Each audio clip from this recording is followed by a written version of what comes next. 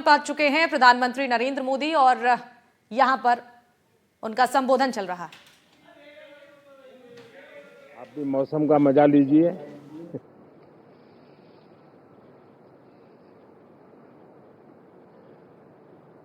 साथियों, ये शीतकालीन सत्र ये सिर्फ कोई रिचुअल नहीं है। राष्ट्र को प्रगति की ओर तेज गति से ले जाने के जो प्रयास चल रहे हैं, उसमें ऊर्जा भरने का काम ये शीतकालीन सत्र भी करेगा, ऐसा मेरा पूरा विश्वास है। भारत ने लोकतंत्र को जिया है, लोकतंत्र के उमंग और उत्साह को समय समय पर ऐसे प्रकट किया है कि लोकतंत्र के प्रति विश्वास और मजबूत होता रहता है। गत दिनों बिहार में जो चुनाव हुए, उसमें भी मतदान के जो विक्रम हुआ है, वो लोकतंत्र की सबसे बड़ी ताकत है। माताओं बहनों की जो भागीदारी बढ़ रही है, ये अपने आप में एक नई आशा, नया विश्वास पैदा करती है।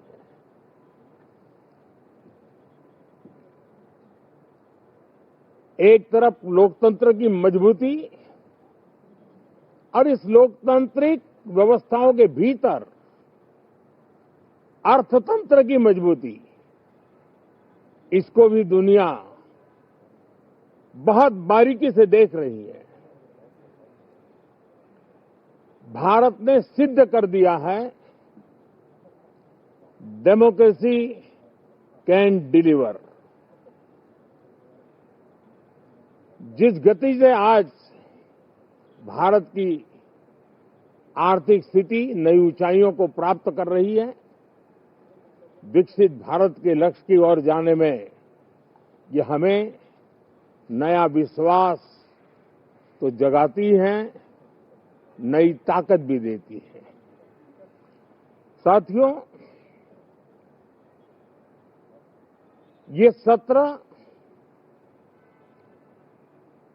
संसद देश के लिए क्या सोच रही है, संसद देश के लिए क्या करना चाहती है, संसद देश के लिए क्या करने वाली है, इन मुद्दों पर केंद्रित होनी चाहिए। विपक्ष भी अपना दायित्व निभाएं, चर्चा में ऐसे मुद्दे उठाएं, मजबूत मुद्दे उठाएं, पराजय के निराशा में से बाहर निकल करके आए। और दुर्भाग्य है कि एकाध दो दल तो ऐसे हैं कि वो पराजय भी नहीं पचा पाते। और मैं सोच रहा था बिहार के नतीजे इतना समय हो गया है तो अब थोड़ा संभल गए होंगे, लेकिन कल जो मैं बयानबाजी सुन रहा हूं उनकी, तो उसे लगता है कि पराजय ने उनको परेशान करके रखा है। लेकिन मेरा सभी दलों से आग्रह है कि शीतकालीन सत्र में पराजय की बौखलाहट का वो मैदान नहीं बनना चाहिए।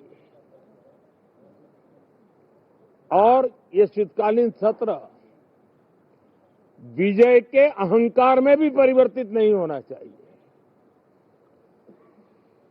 बहुत ही संतुलित तरीके से, जिम्मेवारी के साथ, जनप्रतिनिधि के रूप में देश की जनता का हमसे जो हमें दायित्व दिया है और हमसे जो अपेक्षाएं हैं, उसको संभालते हुए हम आगे के लिए सोचें। जो है उसको कैसे अच्छा कर सके, अगर बुरा होता है तो उसमें सटीक टिप्पणी कैसे कर सके, ताकि देश के नागरिकों का भी ज्ञानवर्धन हो, ये मेहनत का काम जरूर है, लेकिन देश के लिए करना चाहिए। और मैं आशा करता हूं, मेरी एक सबसे बड़ी चिंता रही है पिछले कई लंबे समय से, सदन में जो पहली बार चुन करके आए हैं या जो छोटी आयु के हैं, वैसे सभी दलों के सभी सांसद बहुत परेशान हैं, बहुत दुखी हैं। उन्हें अपने सामर्थ्य का परिचय कराने का अवसर नहीं मिल रहा है, अपने क्षेत्र की समस्याओं की बात बताने का अवसर नहीं दिया जा रहा है, राष्ट्र के विकास की यात्रा में भागीदार बनने के लिए वो अपनी कुछ बात बताना चाहते हैं, उस पर भी रोक लगा दी जा रही है। कोई भी दल हो, हमें किसी को भी हमारी ये नई पीढ़ी के आ रहे नौजवान सांसद, पहली बार आए हुए सांसद, उनको अवसर देना चाहिए।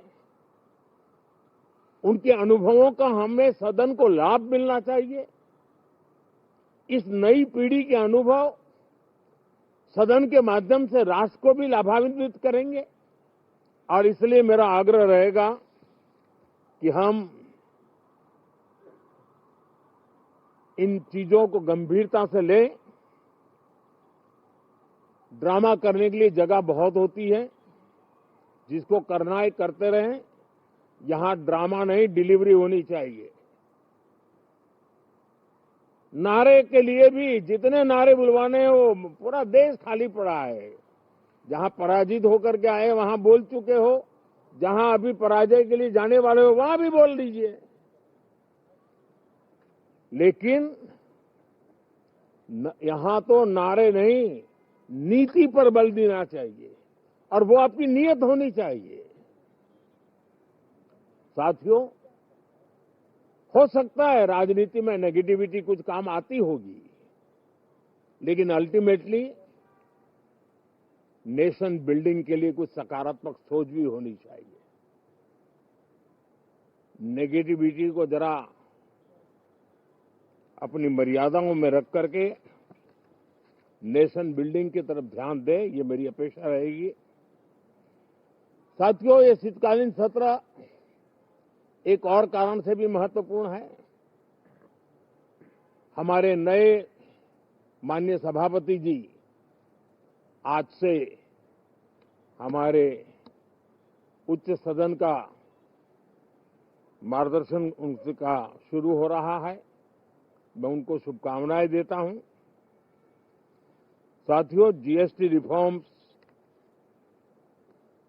एक नेक्स्ट जनरेशन रिफॉर्म्स के लिए देशवासियों के मन में एक श्रद्धा का वातावरण पैदा किया है। इस सत्र में भी उस दिशा में बहुत सारे काम होने वाले हैं।